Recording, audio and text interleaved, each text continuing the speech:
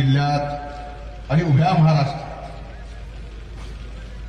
एका आगळ्या वेगळ्या परिस्थितीतून लोकसभेच्या आल्यानंतर ही विधानसभेची निवडणूक लागली आहे आणि या विधानसभेच्या निवडणुकीला लोकसभेच्या निवडणुकीची किनार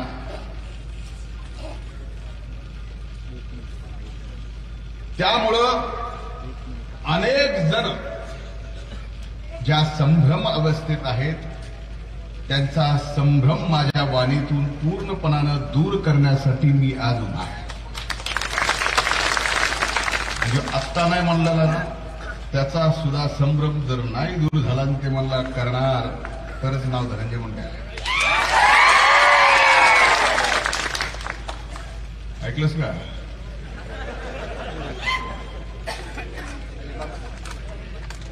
पंचवीस वर्ष मी समाजकारणात राजकारण मला आजही आठवतं ज्यावेळेस मी सिम्बॉयसिस लॉ कॉलेजला होतो त्यावेळेस स्वर्गीय अण्णा स्वर्गीय मुंडे साहेब दादा यांची जवळक आली 97 ची गोष्ट. 99 ला स्वर्गीय मुंडे साहेबांनी दारदातलं कर्तृत्व स्वर्गीय अण्णांनी पाहिलं आणि हा शिवसेनेकडला त्या काळातल्या मतदारसंघ दादांसाठी आदरणीय स्वर्गीय मुंडे साहेबांनी घेतला आणि आमदार म्हणून आशीर्वाद. मी 25 वर्षाचा राजकारणाचा इतिहास सांगतो. 25 वर्षापासून माझ्या खांद्यावर अनेक निवडणुकीच्या जबाबदाऱ्या आल्या. आपल्यापैकी अनेक जण आज घोषणा देतात 21व्या शतकातल्या ह्या निवडणुका आहेत. मी ज्यावेळेस शाळेत कॉलेजमध्ये होतो त्यावेळेस स्वर्गीय मुंडे साहेबांच्या निवडणुकीच्या प्रचारात रिक्षात बसून माईकवरती प्रचार करायचो. त्यावेळेसपासून मला माईकचा नाद लागलेला आहे. आणखी नाही पण कधीच लोकसभेच्या निवडणुकीत ज्या पद्धतीनं या बीड जिल्ह्यात मराठवाड्यात महाराष्ट्रात विकास कर्तृत्व सगळ्या गोष्टी बाजूला सारून फक्त जात पात आणि धर्मावर या ठिकाणी मतदान झालं आणि त्याच्या पद्धतीनंच निकाल लागला. या बाबतीत आपल्या अनेक जणांच्या मनात राग. तुमच्या डोळ्यात डोळे घातले की मला कळतंय तुमच्या मनात काय. मी तरी काय करू.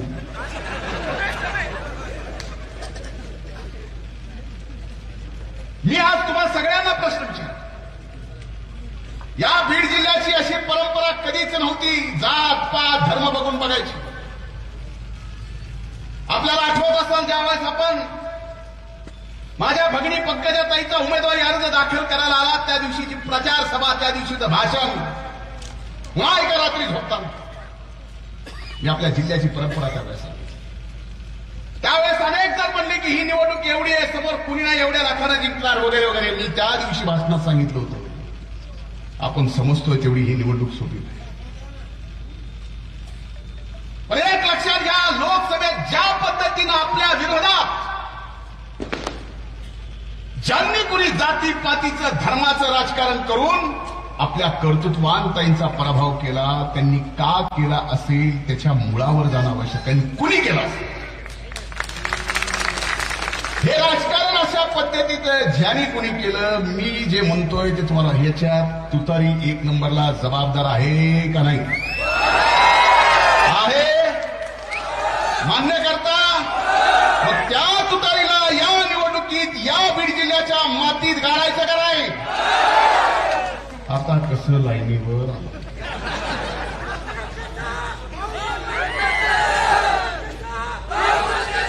जिम्मेदार कोण तुम्हाला सांगितलं? आणि एक लक्षात घ्या फक्त बीडचा निकाल बघू नका. ज्या पद्धतीचं मागच्या 1 वर्षापासून या महाराष्ट्रात राजकारण चालू आहे त्या राजकारणाचा लोकसभेच्या निवडणुकीत सर्वाधिक फायदा कोणाला झाला? बरोबर आहे. मग हे सगळं केलं कुणी?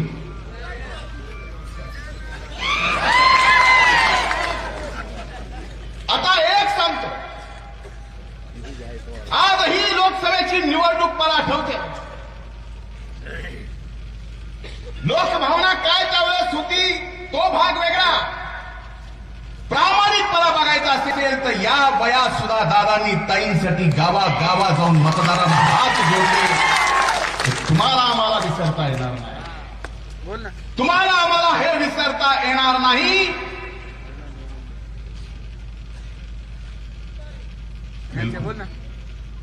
आपण त्याचे अरे एक परिस्थिती लोकसभेच्या निवडणुकीच्या अगोदर लोकसभेच्या निवडणुकीत एक राजकारणात एवढी नकारात्मक अशा पद्धतीनं सर्व जाती धर्मात असं घातलं की नकारात्मक म्हणजे पाडायचं राजकारण. पाडायच्या राजकारणाने कधीच मायबाप जनतेचं भलं झालेलं नाही, पुढेही होणार नाही. अरे आपण पाडण्यासाठी नाही, आपण जिंकण्यासाठी आहोत. आपली ताकद पुन्हा पाडायची नाही, जिंकण्यासाठी. हे जर तुम्ही मान्य करत असताल, आजही मी तुम्हाला सांगतो, ज्यांच्या आदर्शाला, ज्यांच्या सेवेचा वारसा, संघर्षाचा वारसा मी स्वतः इथं चालवतो, ताई चालवतो. मला सांगा, स्वर्गीय मुंडे साहेबांनी कधीच जात पात धर्माच्या बाबतीत राजकारण केलं नाही, आम्हाला शिकवलं नाही. असं जर असतं तर 99ला दादांना उमेदवारी दिली असती. विचार करा. या सगळ्या गोष्टीत आज विचार करण्याची ही परिस्थिती आहे. आणि जी संभ्रम अवस्था केली आहे, जे अपक्ष उभे राहिलेत, मुळावर येतो, जे अपक्ष उभे राहिले आणि त्या अपक्षाला मतदान करून आपल्याला वाटतंय की आपल्या मनातला राग येईल, निघेल. बरोबर आहे, रागच काढायचा ना, काढायचा ना. मग तुम्हाला एक समजून सांगतो, तुम्ही किती एडपटपणा करायला. अरे राग त्याला मत देऊन तुमचा निघेल, पण त्याचा फायदा कुणाला होतोय हे बघाल का नाही बघाल. तू बघणार का नाही? आला 100% बघा. सरस्वतीची मातेची पूजा त्याला समोर भाषणाच्या अगोदर सांगून म्हणलं तुला ऐकावंच लागेल, पटतं.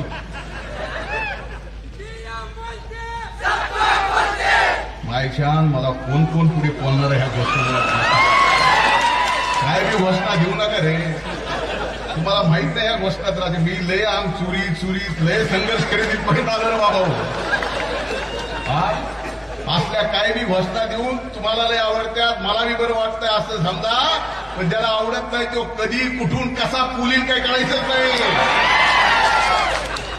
चांगलं आहे.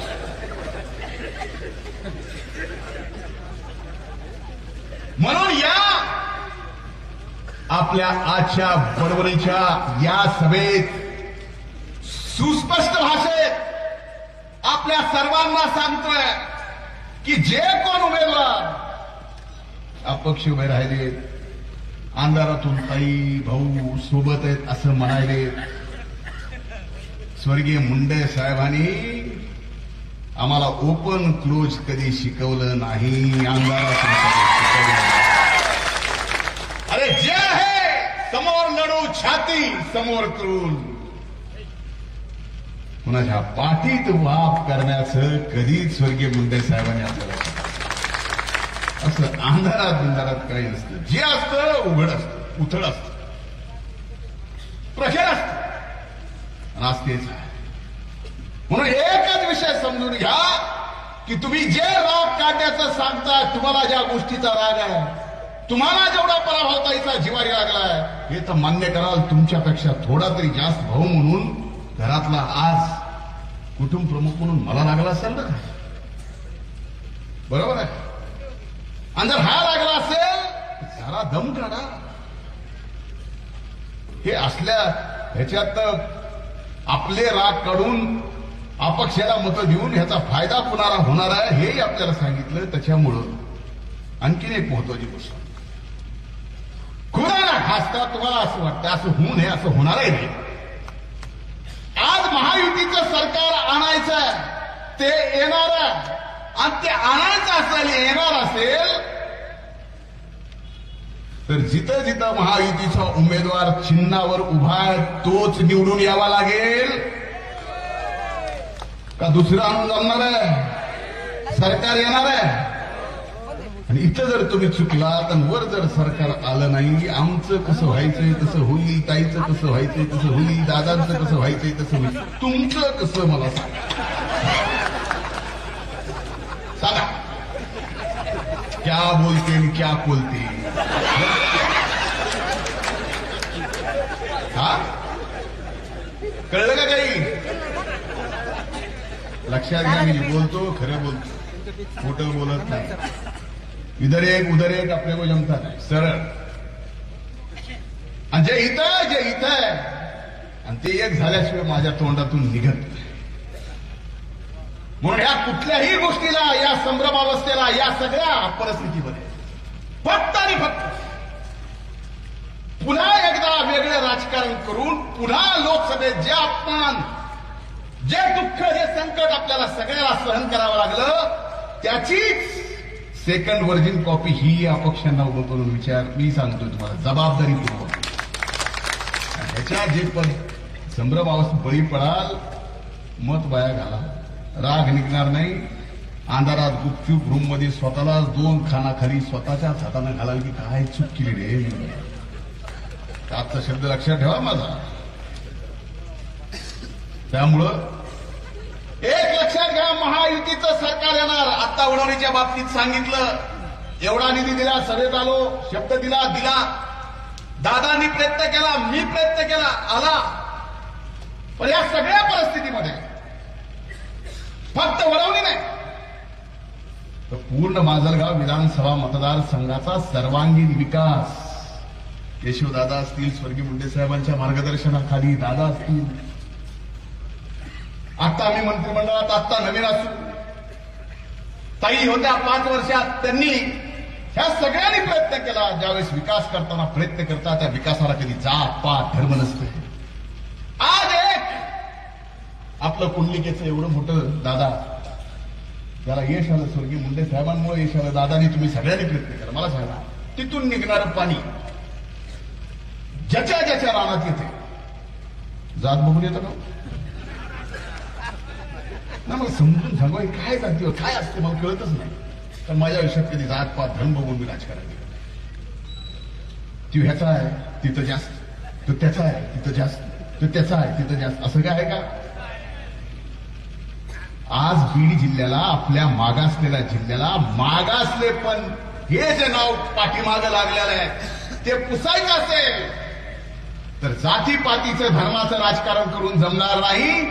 पुढचे 5 वर्ष पुन्हा महायुतीचं सरकार पाहिजे. 5 वर्षात या मतदारसंघात दादानी जे शब्द दिले ते तर पूर्ण करूच. आज वचन देतो तुमच्या निमित्तानं, अख्खा जिल्हा, अख्खा महाराष्ट्र हे ऐकत असेल, बघत असेल, येणाऱ्या 5 वर्षात पश्चिम महाराष्ट्रातल्याही कुठल्याही विकसनशील जिल्ह्याला लाजवेल असा विकास या ठिकाणी करून दाखवायचं वचन देतो. नाही केलं तर पुन्हा म्हणून राजकारणात तुम्हाला तोंडही दाखवणार नाही, याचं आपल्याला आज शब्द देतो. अरे असंख्य का, पण आपण गुरफडलो याच्यात. गुड मताच्या राजकारणात जाती पाती त्याच्या धर्माच्या पलीकडे जातच नाही. म्हणून ही निवडणूक त्यासाठी महत्वाची आहे. माझ्या तरुण भावानो, माझ्या लहान भावानो, वयानं मी थोडा तुमच्यापेक्षा मोठा आहे, काही जणांना जास्त असेल. आपल्या डोक्यातलं काही गोष्टीचं भूत काढा. मी आपल्याला सांगतो, आज मी हे जे सांगतो तुम्हाला माहित नाही का? आपण वडवणी नगर पंचायतीच्या हद्दीतले जरी असलो, स्वर्गीय मुंडे साहेबांनी हा वडवणी तालुका केला, नगर पंचायत झाली, पण तरी सुद्धा इथं आलेला आपल्या गावाकडचा माणूस मोठ्या प्रमाणात आहे का नाही? खेड्यात. आणि एक गोष्ट लक्षात ठेवा, गळ्याच्या सांगतो, गावाकडचा माणूस जेवढा राजकारणात हुशार असतो तेवढा राजकारणी आमच्यासारखा स्टेजवर महाराष्ट्रात दिल्लीत काम करणारा सुद्धा नसतो. हे जबाबदारीपूर्वक सांगतो. कारण आपल्याला माहिती आहे, आपल्याला सगळं माहिती आहे का चाललंय, कशासाठी चाललंय. ह्याच्यात पडू नका. मी तुम्हाला माझ्याकडले गाव सांगतो. माझ्या मतदारसंघात ग्रामपंचायतीच्या निवडणुका लागल्या, 4 पॅनल उभे, 4 गटांनी 4 पॅनल. गाव म्हणलं बर 4 पॅनल उभे, 9 पंचाची 1 सरपंच निवडणूक. गाव एवढं हुशार, एका पॅनलचे 3, दुसऱ्या पॅनलचे 3, तिसऱ्या पॅनलचे 3 आणि 4थ्या पॅनलचा सरपंच निवडून.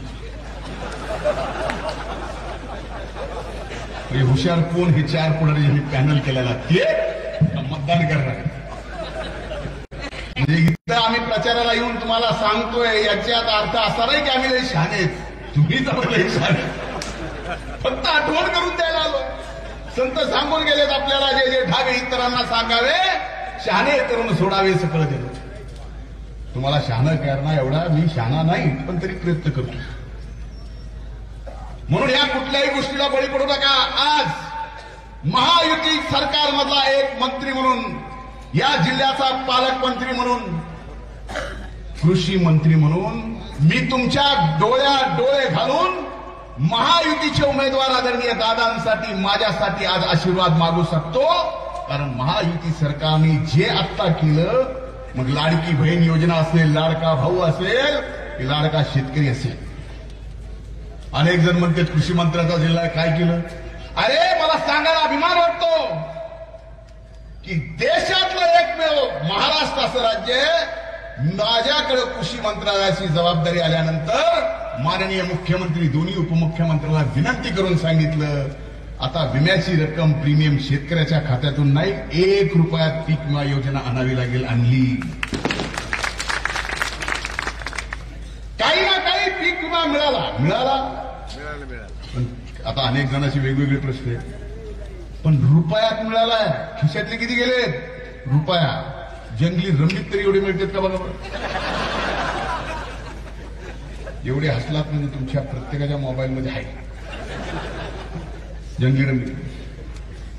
हे शेतकऱ्यांसाठी नाही. अरे पीएम किसान सन्मान योजनेमध्ये 6,000 रुपये मोदी साहेबांचे केंद्रातले, त्यांच्यासोबत 6,000 राज्यांनी चालू केले. कृषी मंत्रालयाची जबाबदारी माझ्याकडे आल्यानंतर, कारण ही शेतकऱ्याची जात जगाच्या पाठीवर एकमेव अशी जी उघड्या आभाळाकडे आपला व्यवसाय करते, त्यांना जेवढं द्याल तेवढं कमी असा मानणारा मी या ठिकाणी आहे. मी शेतकऱ्याचा ते 6, हे 6, 12. आता तर मोदी साहेबांनी जाहीर केलं की केंद्राचे 15 येणार, म्हणजे आता राज्याला सुद्धा तेवढे द्यावं लागणार. मग किती जोरात हसला बघा. 30. कापूस सोयाबीनचे भाव उतरले. मागच्या वर्षी 5,000 कोटी रुपये हेक्टरी, 5,000 प्रमाणे, जास्तीत जास्त 2 हेक्टर प्रमाणे या राज्यातल्या 78 लाख शेतकऱ्यांना वाटत केले. आले ना, बरोबर आहे. अनेक वर्ष स्वर्गीय मुंडे साहेबांपासून काय करतो राजा, 2 मिनिट राहिले, तुझी लाईट चालू होईपर्यंत माझा माईक बंद होणार आहे, काहीच उपयोग नाही तुझा.